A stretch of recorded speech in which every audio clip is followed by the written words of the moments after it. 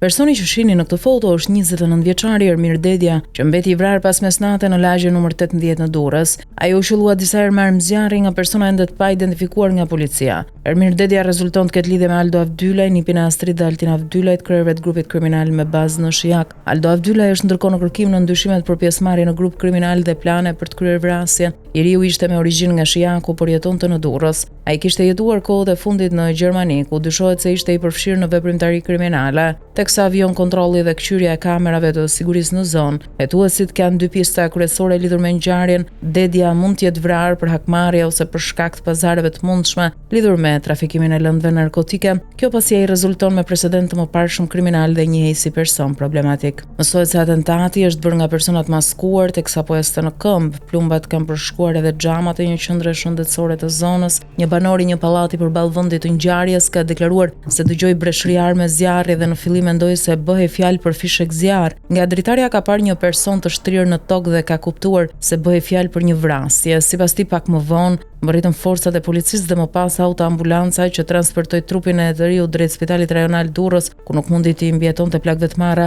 Nga informacionet e para, autorët kanë qenë në gjurmim të viktimës dhe pasi janë koordinuar për itinerarin e viktimës, kanë sinjalizuar njëri tjetrin për të kryer vrasjen e tij dhe më pas janë larguar nga vendi i ngjarjes me një automjet. Viktima me origjinë nga Shijaku, por banues në Durrës, jetonte në një banesë në lagje numër 11 i vetëm. Ai rezulton person me precedent penal. Në vitin 2015, Ermir Dedja është arrestuar pasi kishte shitur drogë një grupi personash që synonin ta transportonin atë nga pika kufitare e Morinës drejt Kosovës. Rasti ishte pjesë e operacionit policor të koduar Jupa 1. Në një tjetër rast, në vitin 2017 ai është arrestuar pasi kishte përkrahur Ismail Nureddinin në një plagosje në Shijak. Në vend ngjarje kanë mbërritur shërbimet e policisë, të cilat vijojnë kontrollet për kapjen e autorëve. Është ngritur një grup i posaçëm hetimor dhe në drejtimin e prokurorisë po zhvillohen hetime intensive për zbardhjen e rrethanave të plota të ngjarjes dhe sigurimin e provave për identifikimin dhe kapjen e autorëve. Policia deklaron se po shqyrton pamjet e regjistruara nga kamerat e sigurisë për të kuptuar më mirë dinamikën e ngjarjes. Hetimet janë në vijim dhe aktualisht po shqyrtohen disa pista, por ende nuk ka një pistë të saktësuar për motivin e vrasjes.